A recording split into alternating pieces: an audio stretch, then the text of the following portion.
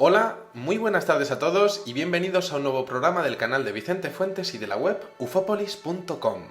Hoy tenemos dos de esos relatos perdidos en la arena de los tiempos que nos conectan con la realidad del fenómeno ovni en el lejano oriente. Dos testimonios que aparecen en el folclore chino y en el japonés que estarían exponiendo ni más ni menos que dos hallazgos, dos encuentros con lo desconocido. Vamos con el primer caso ocurrido en el año 1528 que ha sido encontrado en un manuscrito del Ministerio de la Cultura de China y resulta que estamos hablando de un caso que ha traído de cabeza a investigadores e historiadores de todo el mundo por los inusitados hechos que allí se exponen. Esta es la fotografía del citado manuscrito datado en el siglo XVI y perteneciente a la dinastía Ming y bueno, pues ahí se habla de lo que sería la medicina, la música, las artes marciales y diferentes acontecimientos históricos y sociales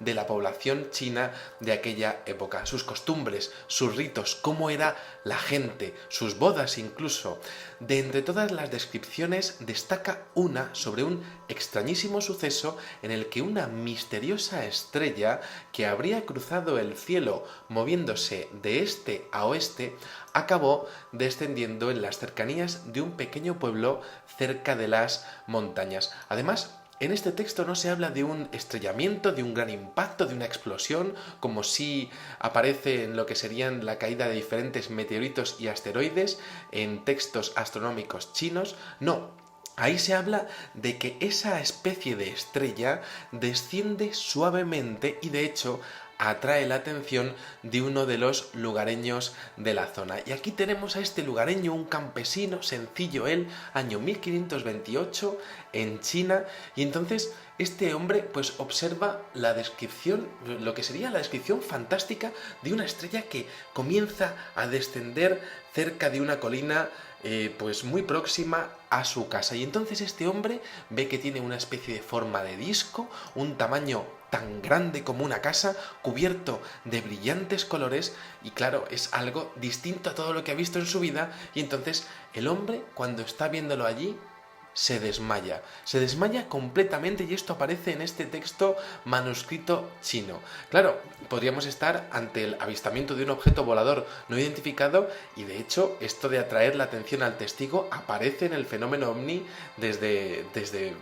las primeras descripciones de la historia. Podríamos pensar que a tenor de lo que cuenta el testigo podríamos estar hablando de algo absolutamente sobrenatural. Y es que resulta que este hombre al despertar no se habría encontrado en los verdes parajes de su encantador pueblecito. Resulta que este hombre se encontró en un extrañísimo lugar donde hacía mucho frío y que estaba iluminado con una misteriosa tonalidad rojiza y aunque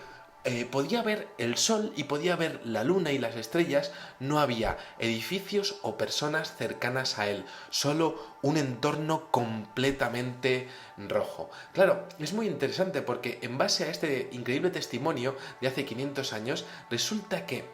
este señor se ve rodeado en esta experiencia con, por lo que serían seres de extraño aspecto y rarísimos ropajes. Hablaban un idioma que el testigo no era capaz de entender y luego, después de verse en ese extraño mundo o en ese extraño entorno completamente rojizo, todo se desvanece y de repente, pues, este hombre, cantero de profesión, cuando recupera la conciencia, se encuentra otra vez en su casa. Pero las cosas habían cambiado. Había cosas completamente diferentes. Su casa tenía otro aspecto, más viejo y más destartalado. Y es que resulta que según este manuscrito chino había pasado ni más ni menos que un año entero desde que subió a aquella colina y vio aquella luz en un episodio más del llamado Missing Time. Aquí aparece también una descripción en este manuscrito en donde estos seres resulta que tienen un aspecto horripilante para el testigo con 3 ojos y claro, existe una posibilidad de que hubiese sido transportado o teletransportado hacia otro punto del sistema solar o que hubiese habido algún tipo de recreación por parte de la inteligencia que está detrás del fenómeno ovni o parte de esas inteligencias que está detrás del fenómeno que habría recreado algún tipo de entorno en lo que sería una abducción en el siglo XVI en China. Además, el autor resulta que expone diferentes opiniones suyas sobre ese caso en este manuscrito chino. Pues el autor que lo escribe expone diferentes, lo que sería un reportaje periodístico ufológico en el siglo XVI y de hecho escribe que después de reunirse con el abducido, podríamos decir, observó una cicatriz roja en su pecho y este señor, el cantero, juró y perjuró que su relato era completamente auténtico, una marca completamente extraña en el fenómeno y que nos recuerda, por supuesto, al caso Michalak, también con marcas en el torso. Por otra parte, también esta descripción de los 3 ojos aparece en el famoso caso Voronezh, que también hemos estado tratando en este canal, y lo cierto es que ese entorno rojizo, pues claro, es muy interesante porque podríamos estar hablando de una recreación. En la misma zona también encontramos otro incidente ocurrido a un monje budista contemporáneo con el caso, que describió un encuentro similar a lo que a día de hoy en el siglo XXI denominamos platillo volante o fenómeno ovni. Este señor era el maestro Su Yun, quien en su autobiografía del siglo XVI cuenta lo siguiente, y leo textualmente, dice: al final de la gran reunión de la oración escalé el pico Daluo, donde hice reverencia a las luces de la sabiduría que se dice aparecen allí. No vi nada la primera noche, pero en la segunda vi una gran bola de luz volando desde el norte hasta el pico central, donde aquello descendió y se dividió en más de 10 bolas de diferentes tamaños. La misma noche vi en el pico central 3 bolas de luz volando arriba y abajo en el aire y sobre el pico norte 4 bolas de luz que variaban en tamaño. Estamos ante una descripción muy similar a la de los ovnis luminosos o lumínicos que decía, por ejemplo, JJ Benítez, que eran como de luz sólida, que son capaces de cambiar su forma, dividirse, reunirse y de hecho realmente mostrar una tecnología ingrávida que es muy similar a lo que vio este maestro del Tíbet. Claro, aquí tenemos 2 muestras y 2 presencias de ovnis en la historia, algo que podría adecuarse a la teoría de que la humanidad siempre ha sido seguida de cerca por parte de estas inteligencias. Quizá esta reconstrucción virtual o ese transporte de este señor, sea algo novedoso en el fenómeno, pero sobre todo ese episodio de Missing Time, un secuestro de un año entero, un hombre que se le desvanece completamente la realidad y de hecho aparece otra vez en su casa. Un caso absolutamente increíble que además nos enlaza con 2 publicaciones japonesas, años 1825 y 1844, titulados Toen Sosetsu y Ume no Chiri. Resulta que son historias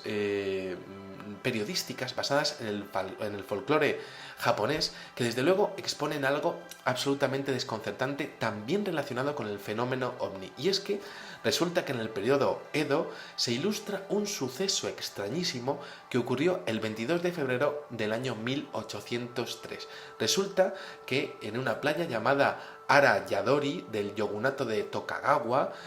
resulta que encuentran los marineros de la zona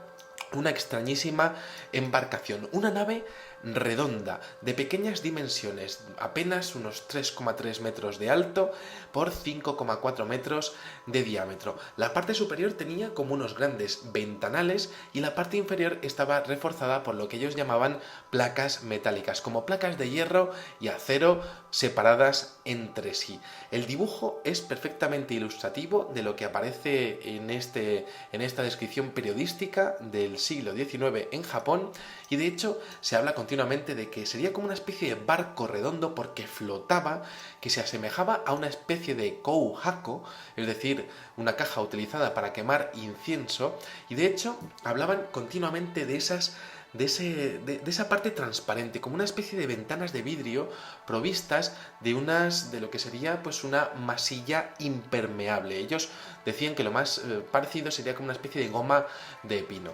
Claro, estamos hablando de que la parte de arriba estaba pintada completamente de negro, las ventanas estaban, pues algunas de ellas pintadas de amarillo, con una franja rojiza, con una forma como de peonza en la parte inferior, y resulta que también había una serie de signos que resultaban totalmente desconocidos para los mejores científicos del siglo XIX en Japón. A través de las ventanas también existe una mención increíble a que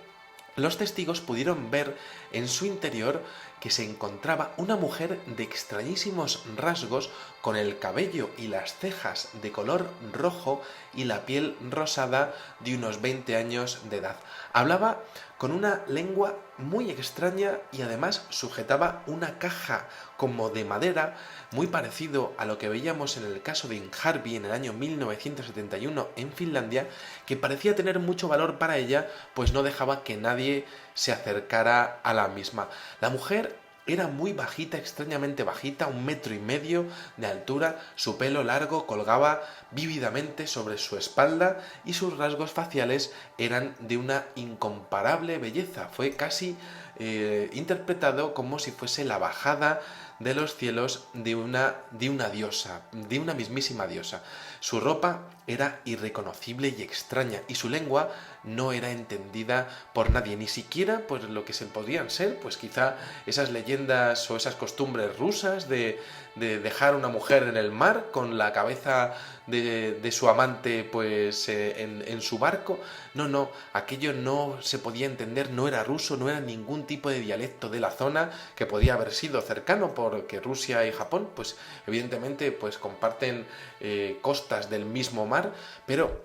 en este caso nadie supo ni del origen, ni de los extraños símbolos, ni de realmente de la motivación que habría tenido, la causa por la que aquello se encontró en aquellas playas de Japón. Estamos hablando de algo muy interesante porque aquella mujer, extraña ella, tenía algo de comida y de agua en el interior de aquella especie de embarcación, de aquella nave flotante, y claro, lo que podemos tener, pues evidentemente como conclusión de estos casos, es que dentro de la historia han ocurrido incidentes, sucesos, acontecimientos absolutamente sorprendentes que los lugareños han tratado de identificar con lo que serían sus leyendas, su mitología, pues realmente pues sus creencias, pero que realmente exponen descripciones que son las mismas que encontramos en el siglo XXI sobre los modernos avistamientos de ovnis. Aquí tenemos 3 maravillosas historias, la primera de China, la segunda del Tíbet y la tercera en Japón, que desde luego están exponiendo ese acompañamiento, ese cuidado o ese control por parte del fenómeno de lo que somos los seres humanos. Nada más, espero que hayáis disfrutado muchísimo este videoprograma y os espero en el siguiente. Muchísimas gracias y, como digo siempre, salud y suerte. Adiós.